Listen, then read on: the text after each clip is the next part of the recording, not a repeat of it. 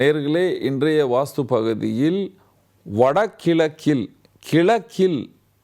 கிழக்கு மத்திய பகுதியில் எந்தெந்த பொருள்கள் இருக்கக்கூடாது, அதாவது நம்முடைய படுக்கும் அறை பெட்ரூம் அது நமக்கு கிழக்கு திசையில் இருக்குய்யா.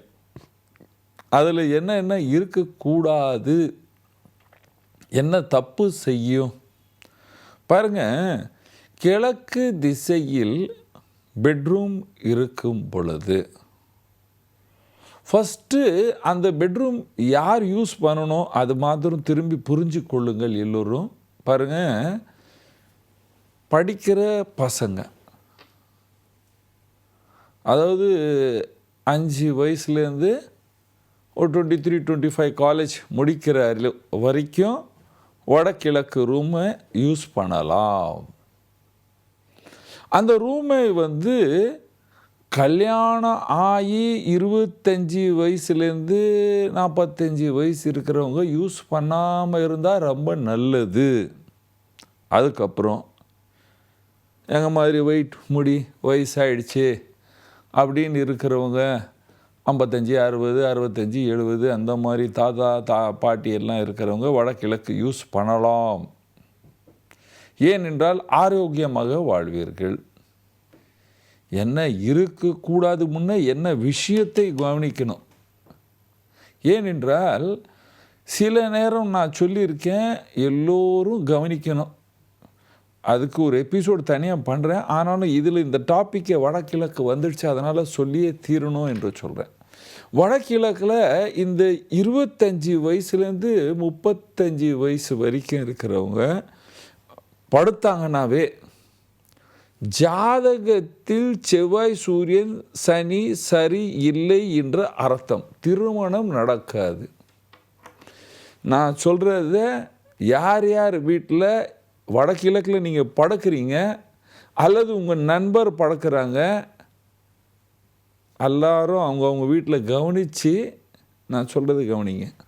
கண்டிப்பாக அந்த மாதிரி இருக்கும். ஜாதகம் கெட்டு போனால், திருமணம் நடக்கவில்லை என்றால், இந்த பசங்க, நான் அந்த காலத்தில் நான் படித்தேன், அதே ரூமில் தான் நான் படிப்பேன். என்னப்பா படிப்பிய? படிக்கலாம், ஆனால் தூங்கக்கூடாது. தூங்கினா பிரச்சனை உருவாகும், ஜாதகம் கெட்டு போகும், திருமணம் நடக்காது.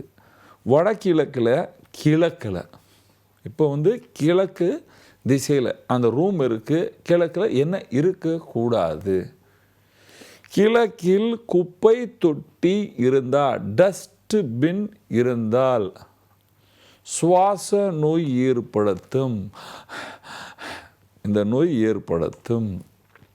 கிழக்கில் நாயே கட்டிட்டா அப்பாவுடைய உறவு கெட்டு போகும். கிழக்கு ரூமில், இப்போ பாருங்க, ரொம்ப எழுதிங்க. கிழக்கு ரூமில் வடக்கு திசையில் சிவப்பு வண்ணம் இருந்தால் கணவர் மனைவிக்கு சண்டை நடக்கும். கிழக்கு ரூமில் வடக்கு செவரில் டார்க் பிரவுன் எர்த் எலிமெண்ட் இருந்தால் கணவர் மனைவிக்கு சண்டை நடக்கும். கிழக்கு திசையின் வடக்கு செவரில் டார்க் பிளாக் மாதிரி darkish brown, maroon colour, ash colour, Godrej green colour இருந்ததுன்னா பணம் வராது. கிழக்கில் வடகிழக்கில், இப்பொழுது கிழக்கில் வடக்கு பார்த்தோம். கிழக்கு செவரில் ப்ளூ கலர் இருந்தால் தூக்கம் அதிகமாக வரும், சோம்பேறித்தனம் அதிகமாக இருக்கும், அதிகமாக பேச மாட்டார்கள், தூக்கம் அதிகமாக வரும், தைரியம் இல்லாமல் இருப்பார்கள். கிழக்கு ரூமின் வடக்கு செவரில் ஃபுல் மஞ்சள், டார்க் மஞ்சள் கலர், ஆரஞ்சு கலர், என் ஷர்ட் கலர் ஆரஞ்சு கலர் இருந்ததுன்னா இட் வில் கிரியேட் பிளாக்ஸ். வாழ்க்கையே நின்று போன மாதிரி இருக்குங்க. நான் அந்த காலத்தில் சம்பாரித்தேங்க, இப்போல்லாம் சம்பாதிக்கவே முடியல. இந்த மாதிரி யார் யார் சொல்கிறாங்க, அவங்க போய் அவங்க ரூமை பாருங்கள், அவங்களுடைய வடக்கு செவரில் மஞ்சள் கலர் டார்க் மஞ்சள் இருக்கும், ப்ளஸ் அங்கே ஸ்கொயராக அலமாரி இருக்கும், இல்லைன்னா பிளாக்ஸ் ஏதாவது இருக்கும் ஸ்கொயரில். அதனால் அவங்களுக்கு பிரச்சனை அதிகமாக இருக்கும். கிழக்கு ரூமில் வடகிழக்கில், கிழக்கு ரூமில் இப்போது நம்ம வண்ணம் பார்த்தோம். இப்போ தேவையில்லாத பொருள்கள் எங்கே ஸ்டோர் இருக்குது அதை கவனிக்கணும். கிழக்கில் வடகிழக்கில், வடகிழக்கு நார்த் ஈஸ்டில் டாய்லெட் பாத்ரூம் இருந்தால் கேன்சர் வர்றதுக்கு வாய்ப்பு இருக்குது, பணம் வராது, ததரும் பிடிச்சிடும். வடகிழக்கில் டாய்லெட் இருந்ததுன்னா கேன்சர் வர்றதுக்கு வாய்ப்பு இருக்குது. 100 பேருக்கு கேன்சர் வருதுன்னா நான் சொல்கிறேன் 70 வீட்டிலையாவது அந்த ரூமில் படுக்கிறவங்களுக்குன்னா வடகிழக்கில் டாய்லெட் இருக்கும். இப்போ ஃப்ளாட் சிஸ்டத்தில் யாரும் எப்படியோ போட்டுடுறாங்க. அந்த மாதிரி இருந்தால் அந்த மாதிரிலாம் நடக்கிறதுக்கு வாய்ப்புகள் அதிகமாக இருக்குது. கிழக்கு ரூமில் எப்படி படுக்கணும், எது இருக்கக்கூடாது, ஆனால் ஃபஸ்ட்டு எப்படி படுக்கணும் அதையும் கவனிக்கணும்.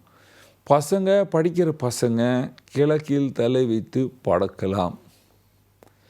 கல்யாணம் ஆகிடுச்சு, எங்களுக்கு வேறு ரூமே இல்லை, இதுதாங்க ரூம் அப்படின்னு போய் படுக்கிறவங்க அந்த ரூமுக்கு சவுத் வெஸ்டில் வாசல் இருந்தால் இருக்கக்கூடாது. அதுக்காக இருந்தால் சொல்கிறேன். இவர்கள் சோம்பேறி ஆகிடுவாங்க, ஜூதாடி ஆகிடுவாங்க, குடிக்காரனாக ஆகிவிடுவார்கள், அப்பாவுடைய சொத்தை ஒழிச்சு விடுவார்கள். அதனால் வடகிழக்கில் படுத்தால் அந்த ரூமுக்கு தென்மேற்கு வாசல் இருக்கக்கூடாது. புரிஞ்சுங்களா? அந்த ரூமில் தெருக்குலேயும் தலை வச்சு படுக்கலாம். யார் படுக்கணும்? அப்பா படுக்கலாம், வயதானவர்கள் படுக்கலாம். ஆனால் கல்யாணம் ஆகி அந்த ரூமில் போய் அந்த மாதிரி படுக்கக்கூடாது. ரொம்ப கவனிக்க வேண்டிய விஷயம் என்னன்னு தெரியுங்களாங்க? கிழக்கு ரூமில் லைட் கலர் இருக்கணும், ஒயிட் கலர் இருக்கணும். அப்பொழுது வாழ்க்கை சந்தோஷமாக இருக்கும். வடகிழக்கு சுத்தமாக வைத்து கொள்ள வேண்டும். அங்கே டாய்லெட் இருக்கக்கூடாது, பாத்ரூம் இருக்கக்கூடாது, டார்க் கலர் இருக்கக்கூடாது. அதே நேரத்தில் வடக்கு செவர்லேயும் தெற்கு செவர்லேயும் முகம் பார்க்கும் கண்ணாடி இருக்கக்கூடாது. இந்த மாதிரி கண்ணாடி இருந்தால் அந்த ரூமில் படுக்கிறவங்க தினமும் சண்டை போட்டுக்குவாங்க. அதனால் வடகிழக்கில் உங்களுக்கு பெட்ரூம் இருந்தால் எது இருக்கக்கூடாது என்று கவனிச்சிங்க. அதே நேரத்தில் வடகிழக்கில் தேவையில்லாத பொருள்களினுடைய ஸ்டோரேஜ் இருக்கக்கூடாது. வடக்கு மறையில் தேவையில்ல பழைய டெட் எலக்ட்ரானிக் அது இது குப்பைகள் எல்லாமே போட்டுடுவாங்க. அதே கிராமமாக இருந்தால் வடகிழக்கில் ரூமுக்கு பக்கத்துலேயே பழைய பொருள்கள் கட்டைகள்லாம் போட்டு விடுவாங்க. அந்த மாதிரிலாம் போட்டு விட்டிங்கன்னா உங்கள் வீட்டில் யாருக்கும் சுப காரியம் நடக்காது, பிரச்சனைகள் அதிகமாக இருக்கும். அதனால் ரொம்ப உஷாராக இருந்து வடகிழக்கில் படுக்கிறவங்க அந்த ரூமில் சுத்தமாக வைத்து கொள்ள வேண்டும். லைட் கலர் வண்ணத்தை பூச வேண்டும். எப்பொழுதுமே அதை ஸ்டோரேஜ் மாதிரி யூஸ் பண்ணக்கூடாது. இந்த மாதிரி பண்ணிங்கன்னா நீங்கள் எல்லோரும் சந்தோஷமாகவும் சுகமாகவும் வாழ்வீர்கள். நன்றி, வணக்கம். இது போன்ற ஆன்மீக வீடியோக்களை தொடர்ந்து பார்க்க கடவுள் டிவி யூடியூப் சேனலை சப்ஸ்கிரைப் பண்ணுங்க.